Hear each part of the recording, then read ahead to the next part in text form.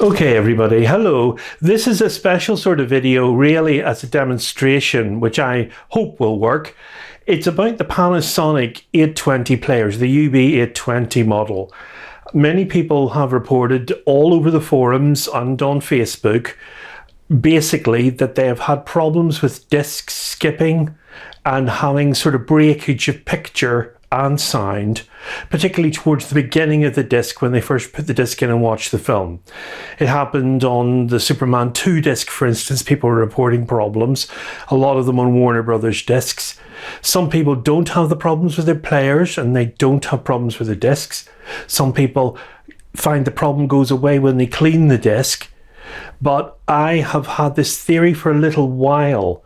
So what I decided to do was back it up really. So what I have is a UB820 player that has started to develop these problems. Now, like many people, the cleaning of the disc fixed it. I even sent my Superman 2 copy back for a refund and a replacement from Warner Brothers through Amazon. And of course, I got the disc back and it played perfectly. But I did notice for the very first time on my Criterion 4K of After Hours, all right, it comes from the US, but it's still pressed in the same way as a disc would be here in the UK, that it also had the same problems. And it really started my alarm bells because obviously their quality control is very high at Criterion. And I felt that maybe there was something a little bit more to it. I cleaned the disc and it didn't happen in exactly the same place, but about 10 minutes into the film, it happened again.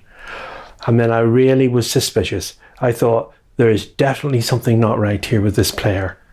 So what I decided to do was put my money where my mouth was, and I bought a second brand new UB820 player.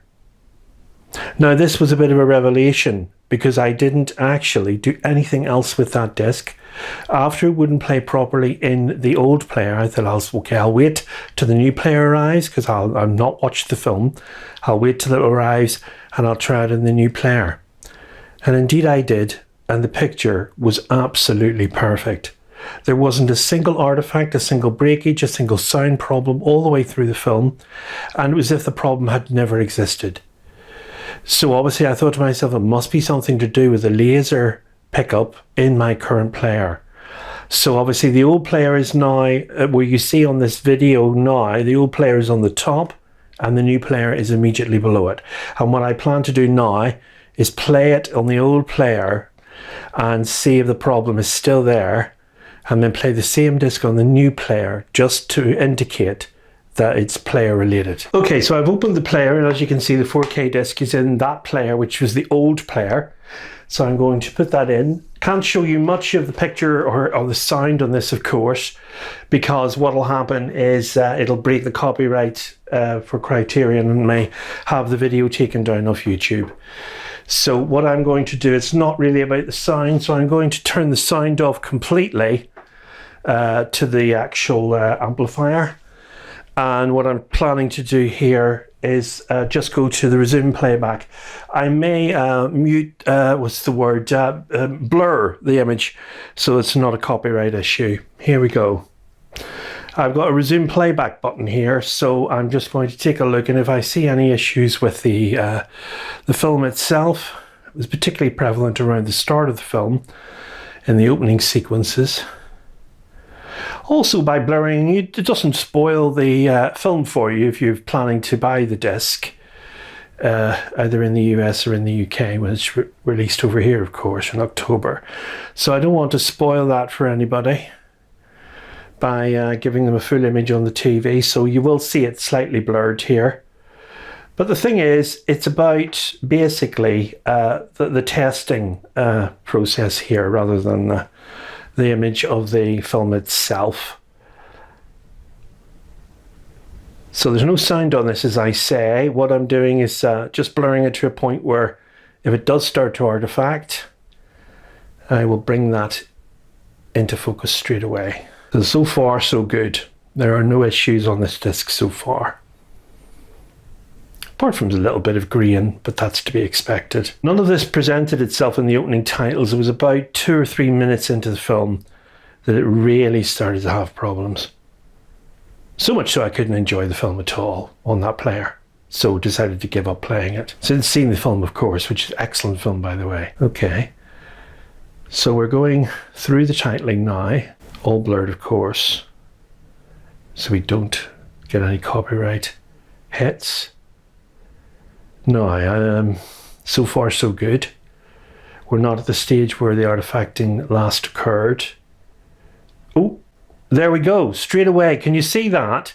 Now I'm showing you the image fully now because it's important you see that. It starts to break in pretty early into the film. It then clears and then it comes back quite vigorously, enough to actually stop the film dead.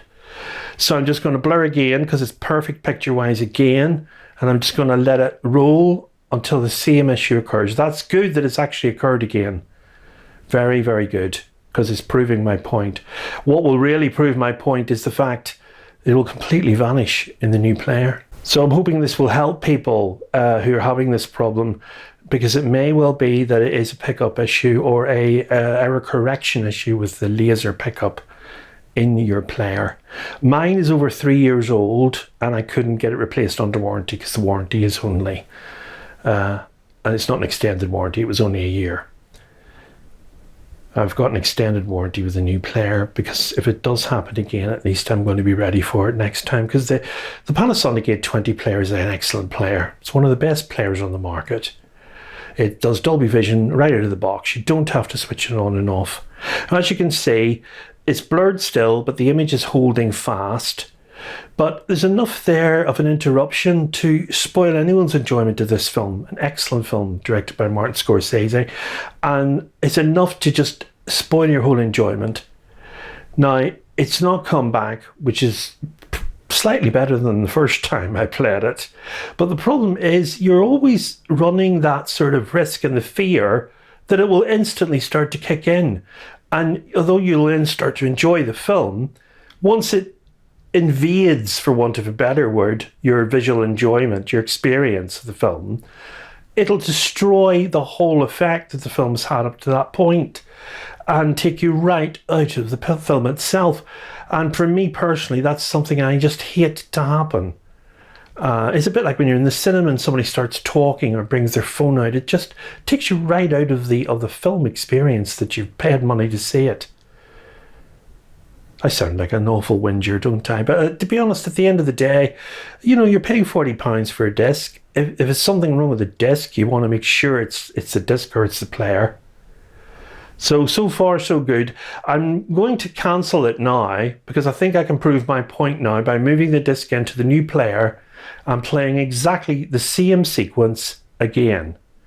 And then you see that very sequence for that few seconds where it did in fact get rather busy image-wise with lots of interrupted blockage.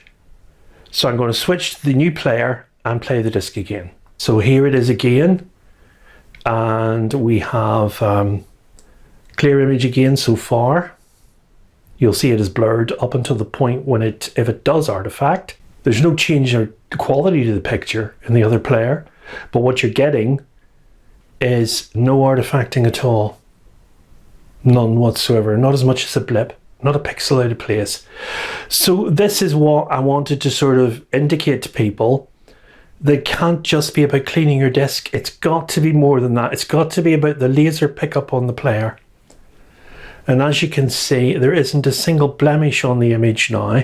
We're well past the point where it broke up, because we're just going to move to the cafe scene in just a second. And the thing about it is, I did watch the entire movie without as much as a blemish on the new player, and thoroughly enjoyed the movie experience into the bargain.